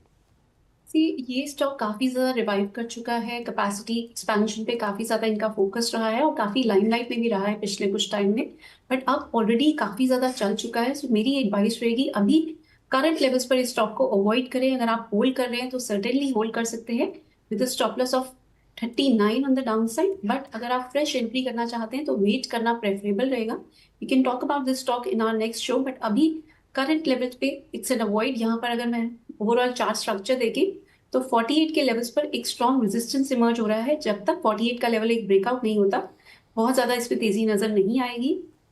स्लाइड स्पाइक जरूर देखने को मिल सकते हैं, but I don't see this stock sustaining above 48 mark in the near term. जिनके पास है वो क्या करें इसमें? इसमें आप एक स्टॉप लॉस 39 का स्टॉप लॉस लेके होल्ड कर सकते हैं। होल्ड कर सकते हैं, ठीक है मैम।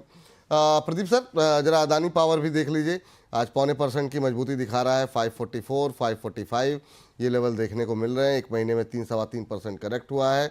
कुछ एक खबरें भी यहाँ पर रही हैं हाल फिलहाल के दिनों में, आपकी टिप्पणी क्या रहेगी? एक हफ्ते पहले इनको एक नया प्रोजेक्ट जो है इनको ऑर्डर मिला था, आपकी टिप्पणी इस पर? देखिए मुझे लगता है अदानी पावर को लेके कोई टेंशन करने वाला सिचुएशन है ही नहीं। जब तक 500 के ऊपर है कोई प्रॉब्लम है नहीं। आपको एक बार 495 के आसपास एक स्टॉप लॉस मेंटेन करना है, वेट कीजिए। 500 के ऊपर बहुत ही स्ट्रांग है। बहुत जल्दी आपको यहाँ पे 590 एंड 600 के ऊपर भी आते हुए दिखेंगे, तो जिनके पास है होल्ड करने का सलाह रहेगा। And entire Adani power and Adani group को लेके मैं पॉजिटिव हूँ, क्योंकि आपको पता ही है अदानी ग्रुप के साथ कितना बार प्रॉब्लम हुआ है, चाहे सुप्रीम कोर्ट का मामला हो, चाहे वो इंडियन बैंक न्यूज हो, चाहे वो अमेरिका में कुछ प्रॉब्लम हो, ईच एंड एवरी प्रॉब्लम को मतलब साइड में रख के गौतम अदानी जी हमेशा मतलब उभर ही जाते हैं। सो मुझे लगता है अदानी पावर 500 के ऊपर जब तक है इसमें कोई प्रॉब्लम नहीं है। 495 का स्टॉप लॉस के साथ इस काउंटर को आप होल्ड कर सकते हो। नेक्स्ट 6 से 8 महीने में मुझे लगता है यहाँ पे आपको 25 से 30% रिटर्न देने का पॉसिबिलिटीज है। ठीक। मैम, आपके लिए रहेगा टाटा पावर पे अभी क्या व्यू होना चाहिए आपका? ये एक फंडामेंटली नो इशू, और जिस तरीके से दिल्ली में कंजम्पशन और पूरे देश में गर्मी बढ़ रही है, नॉर्थ में जो है हम देख रहे हैं कंजम्पशन काफ़ी तेज़ी से बढ़ता हुआ, लेकिन शेयर पे कोई असर नहीं पड़ रहा है। बहुत लोग कह रहे हैं 400 के आसपास जो घूम रहा है, क्या करें अभी इस पे? Vipul ji, as a disclosure, I am personally holding this stock और आउटलुक इसमें भी पॉजिटिव ही है। हमने काफी सारे स्टॉक्स की बात की। अभी मेजरली स्टॉक्स लोअर लेवल से एक स्ट्रॉन्ग रिबाउंड दिखा चुके हैं, जहां हमने निफ्टी को 21,700 ऑड लेवल से starting of April 25,100 odd levels तक जाते हुए देखा। काफी सारे स्टॉक्स ने, मोस्टली सारे ही स्टॉक्स ने इसमें पार्टिसिपेट किया है। There has been a strong rebound. इसके चलते टाटा पावर में भी हमने एक अच्छा रिबाउंड देखा है। अगर हम ओवरऑल स्ट्रक्चर की बात करें, पॉजिटिव है, बट शॉर्ट टर्म में एक करेक्शन ड्यू है। एक शॉर्ट टर्म करेक्शन जरूर देखने को मिल सकती है, बट ट्रेंड पॉजिटिव बना हुआ है।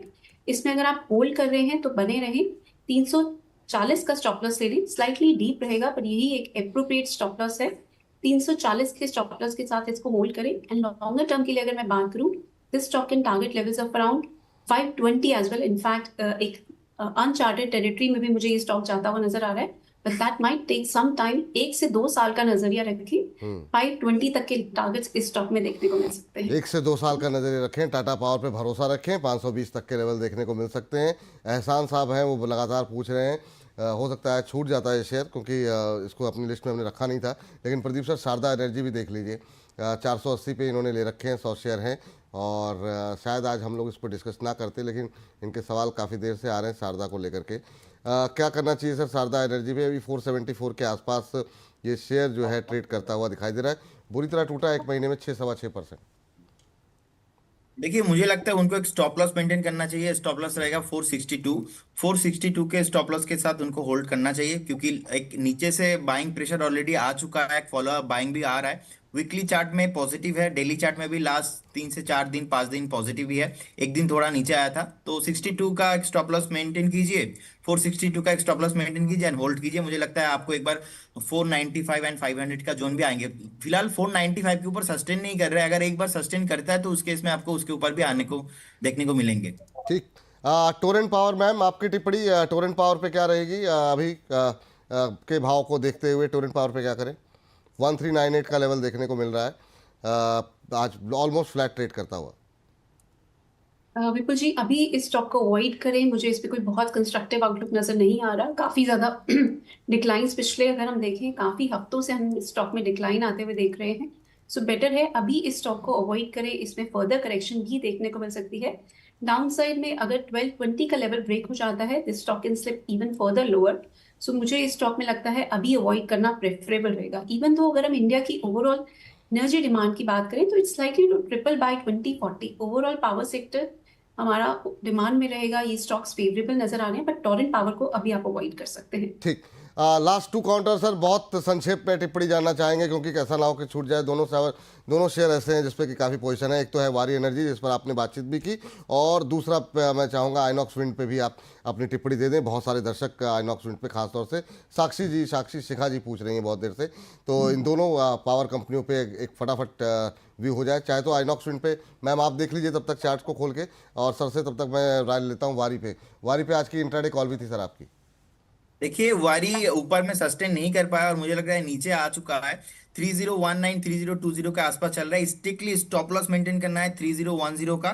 फिलहाल अगर आप डिलीवरी में जाते हो तो कोई प्रॉब्लम नहीं है, लेकिन इंटरडे का जो एक वॉल्यूम आया था वो अभी नीचे आ चुका है, तो मुझे लगता है 3010 का स्ट्रिक्टली स्टॉप लॉस मेंटेन करना चाहिए। MOIL का हमने कॉल दिया था, सेकंड टारगेट आ चुका है विपुल जी। MOIL का सेकंड टारगेट आ चुका है। पहला टारगेट था 375 के आसपास, सेकंड टारगेट था 380 के आसपास, तो वहां पे प्रॉफिट बुक करने का सलाह रहेगा। और वारी पे एक स्टॉप लॉस मेंटेन कीजिए 3010 का। और वो जो लोग ये लॉन्ग टर्म वाला जो हम थीम पे, चूंकि हमने हमारी ये थीम भी है ना, तो इस थीम के लिहाज से जिनके पास पोजीशन है वो क्या करें, या जो लोग खरीदना चाह रहे हैं अभी, उनके लिए क्या सलाह है? देखिए लॉन्ग टर्म में मुझे कोई प्रॉब्लम नहीं दिखता है। मुझे दिखता है कि चार्ट में तो देखिए अभी लास्ट 3 से 4 हफ्ते में ऊपर ही आ रहा है। एक रेसिस्टेंस है ऑलमोस्ट 3265 के आसपास, उससे पहले नहीं है। तो मुझे लगता है कि बहुत जल्दी ना आपको, अगर आपके पास नेक्स्ट 1 महीना 1.5 महीना है, तो आपको जी यहाँ से फ्रेश 200 से 300 पॉइंट आप मिल सकता है। जी तो जी जी। अगर आपके पास लॉन्ग टर्म का व्यू है तो आप एक बार होल्ड करके जाइए, यहाँ से फ्रेश 200 पॉइंट आपको मिलेंगे। ठीक। मैम, बहुत छोटी टिप्पणी आइनॉक्स विंड को लेकर के, क्योंकि अगला सेगमेंट के लिए हर्ष हमारे साथ जुड़ चुके हैं। क्या रहेगी आपकी टिप्पणी इस पर ma'am? Very constructive and promising outlook. यहाँ पर एक ब्रेकआउट हो चुका है, मुझे यहाँ से 2x रिटर्न्स नजर आ रहे हैं अगले 2 साल में। 280 से 300 तक के टारगेट्स इस स्टॉक पे देखने को मिल सकते हैं। डाउन साइड में सपोर्ट की बात करें तो 148 के स्टॉप लॉस के साथ इस स्टॉक को होल्ड करें। फ्रेश बाइंग भी करना चाहते हैं तो थोड़ी यहाँ पे करें, थोड़ी वेट करें, लोअर लेवल्स पर ऐड कर सकते हैं। मैं पर्सनली भी स्टॉक को काफी फोकस कर रही हूँ और यहाँ पर हम अपने क्लाइंट्स को भी इस स्टॉक को एडवाइस करेंगे। सो यहाँ पर करंट लेवल्स पे भी बाइंग की जा सकती है, कुछ टिप्स मिलते हैं तो फर्दर ऐड कर सकते हैं। जी चलिए, अब फटाफट रुक कर लेते हैं हमारे खास सेगमेंट। इस सेगमेंट को समाप्त करते हैं और अगले सेगमेंट का रुक करते हैं, ब्रोकर बोलेगा।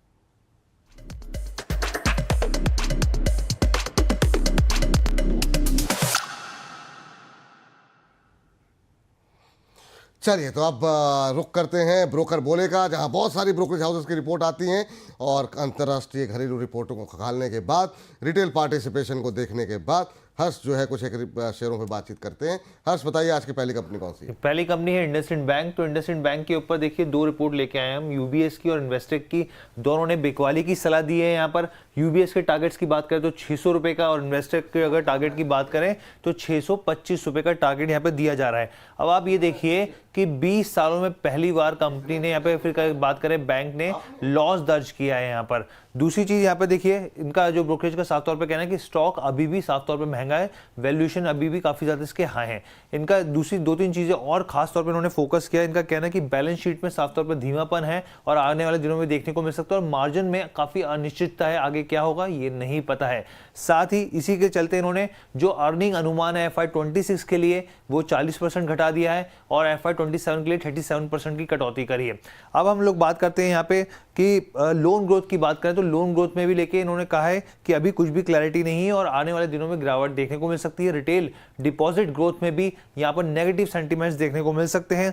इसके अलावा रिकवरी को लेकर उन्होंने कहा है कि मैनेजमेंट ने कुछ भी क्लैरिटी नहीं दी है कि रिकवरी आखिर होगी कैसे, कब होगी, इसके ऊपर बिल्कुल भी क्लैरिटी नहीं है। और साथ ही अर्निंग पर शेयर की बात करें यहाँ पर FY26 और 27 के लिए वो भी 41 से लेकर 43% की यहाँ पे कटौती देखने को मिल रही है। जी चलिए, तो ये बात यहाँ पर निकल करके आती हुई, इस पर राय लेते हैं हमारे एक्सपर्ट से।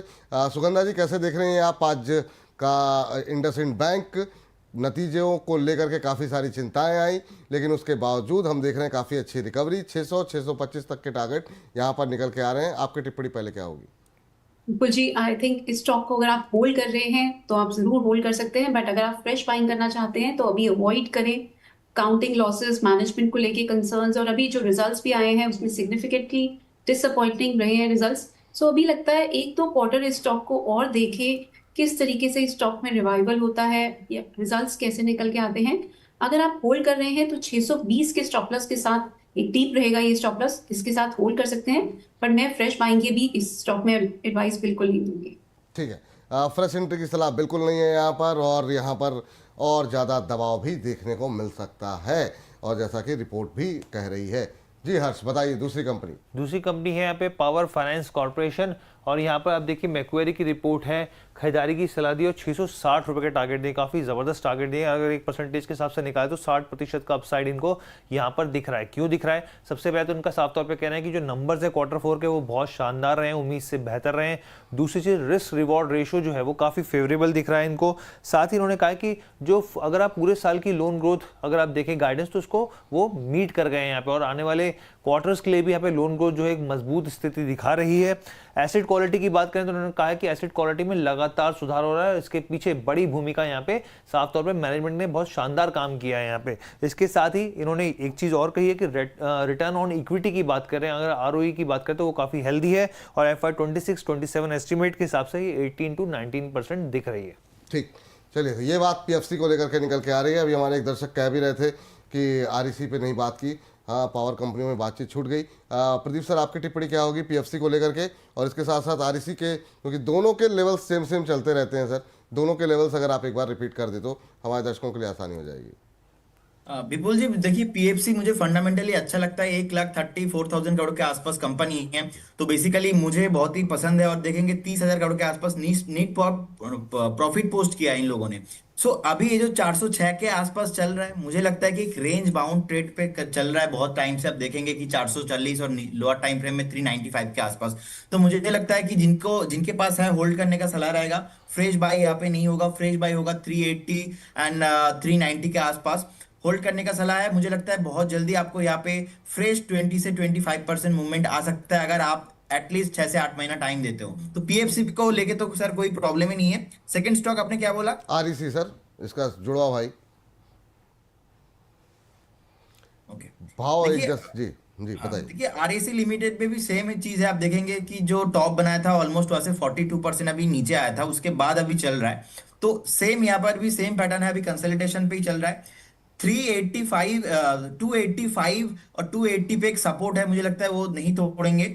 एक बार होल्ड करने का सलाह रहेगा इस काउंटर पे। फ्रेश बाई यहाँ पर भी नहीं रहेगा। फ्रेश बाई जो रहेगा वो है 270 260 के आसपास, अगर कभी भी मिलता है तो उस जोन पे।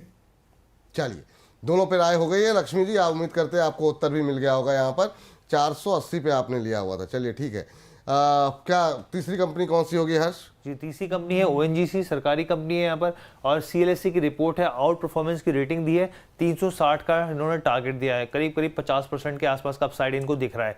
अब इनका कहना क्या, देखिए सबसे पहले इन्होंने नतीजे को टारगेट किया। इन्होंने कहा है कि चाहे आप प्रॉफिट की बात करें, यहाँ पर कंपनी के नंबर्स में देखें, एबिटा की बात करें, यहाँ पर साफ तौर पर दबाव देखने को मिला है। जो उम्मीद थी उसके हिसाब से स्ट्रीट के एक्सपेक्टेशन से ये बिलो रहा है यहाँ पर। अब इन्होंने कहा है इसके पीछे की जो वजह है वो ड्राई वेल जो सेगमेंट है वो रही है, और उसकी वजह से इन्होंने राइट ऑफ करते हुए देखा। हम अपने व्यूअर्स को बता दें, ड्राई वेल सेगमेंट बेसिकली क्या होता है, ऑयल एंड गैस एक्सप्लोरेशन जब कंपनी करती है, ड्रिलिंग करती है, तो जब कुएं होते हैं उसमें कई बार उम्मीद होती है कि जिस ड्रिलिंग की वजह से वो यहाँ पे एक्सप्लोरेशन कर रहे हैं कि उनको गैस मिले या जो ऑयल जैसी चीज़ें मिले, कई बार ऐसा होता है कि वो ड्राई होते हैं, तो इस वजह से जो खर्चा होता है वो यहाँ पर वो बैलेंस शीट में डालते हुए दिखते हैं। तो ये पूरी चीज़ है। और अब उनका ये कहना है कि ऑयल एंड गैस प्रोडक्शन में लेकिन ग्रोथ जो है इनको आने वाले दिनों में अच्छी दिख रही है। उम्मीद है और बेहतर परफॉर्मेंस देखने को मिलेगी।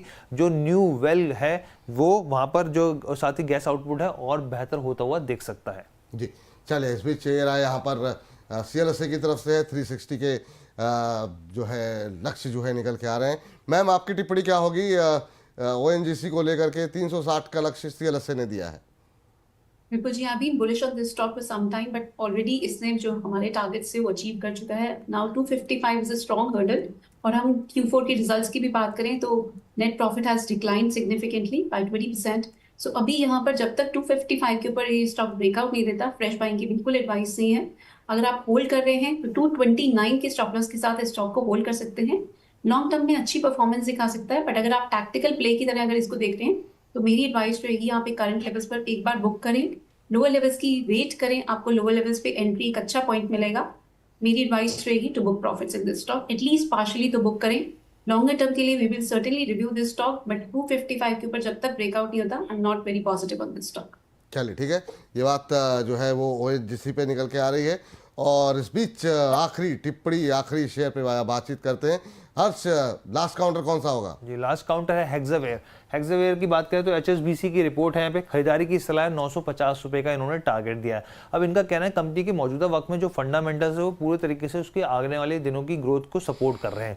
दूसरी चीज़ इनका कहना है कि जो परफॉर्मेंस लेवल पे बात करें तो पीयर्स के मुकाबले कंपनी जो है बेहतर प्रदर्शन कर रही है यहाँ पर। तीसरी चीज़ इन्होंने कहा कि सेल्स की बात करें या फिर क्लाइंट की बात करें, कैपेबिलिटीज़ की बात करें, वो बढ़ोतरी देखने को मिल रही है।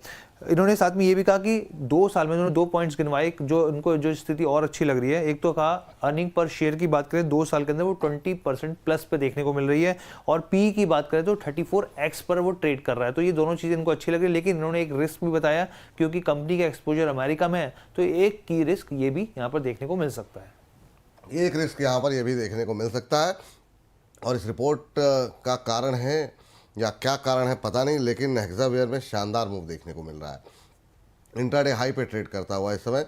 प्रदीप सर देखिए जरा क्या स्थिति बन रही है। 950 का लक्ष्य तो एसएसबीसी ने दिया है, लेकिन चार्ट इंट्राडे में काफ़ी शानदार बनता हुआ दिखाई दे रहा है। 800 का लेवल अब पहुंच चुका है। आपकी टिप्पणी क्या होगी? सर ऐसे जो भी न्यू लिस्टिंग कंपनी होता है ना, मेरा आईपीओ हाई स्ट्रैटेजी आपको मैंने पहले भी बताया था। तो बेसिकली यहाँ पे क्या सीन है, 820 इसके ऊपर 820 825 इसके ऊपर सस्टेन करना थोड़ा मुश्किल है। देखिए 950 और 900 के ऊपर तब आएंगे, एटलीस्ट मुझे एक 825 के ऊपर क्लोजिंग चाहिए। तो फ्रेश बाय नहीं करने का सलाह रहेगा। जो होल्ड कर रहे हैं आप होल्ड कर सकते हो, लेकिन फ्रेश बाय रहेगा 825 के ऊपर एक बार क्लोजिंग मिल जाए, क्योंकि जो आप देखेंगे आईपीओ आया था उस हफ्ते का जो हाई है ना ऑलमोस्ट 815 के आसपास है। तो मुझे लगता है 825 एक फ्रेश सेफ जोन रहेगा, उसके ऊपर ब्रेकआउट आने दीजिए, एक बार वेट कीजिए, उसके बाद ही यहाँ पे बाय करना है। उस केस में एक फ्रेश रैली बन सकता है, लेकिन फिलहाल अभी अवॉइड करने का सलाह रहेगा। चलिए 820 का वेट कर लेते हैं। जो मोमेंटम देखने को मिल रहा है, हो सकता है 820 आने वाले दिनों में जल्दी देखने को मिले। 52 वीक हाई 847 का है इसका, तो वहाँ से अगर रैली बनेगी तो फिर एक अच्छा मोमेंटम बनता हुआ दिखाई दे सकता है। हर्ष बहुत बहुत शुक्रिया, बहुत बहुत धन्यवाद आपका आज की ये तमाम शेयरों पे बातचीत करने के लिए। फिलहाल ब्रोकर बोले में इतना ही।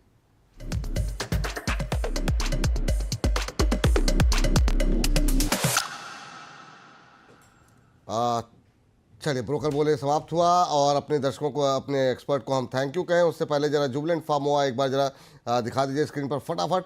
और यहाँ पर अच्छा मोमेंटम बनता हुआ दिखाई दे रहा है, और अभी भी ये कॉल खुली हुई है। 4% से ज़्यादा की तेज़ी, 1033 1034 का लेवल। सर अभी जो लोग होल्ड करना चाहें इसको अगले दिन के लिए कैरी फॉरवर्ड कर सकते हैं।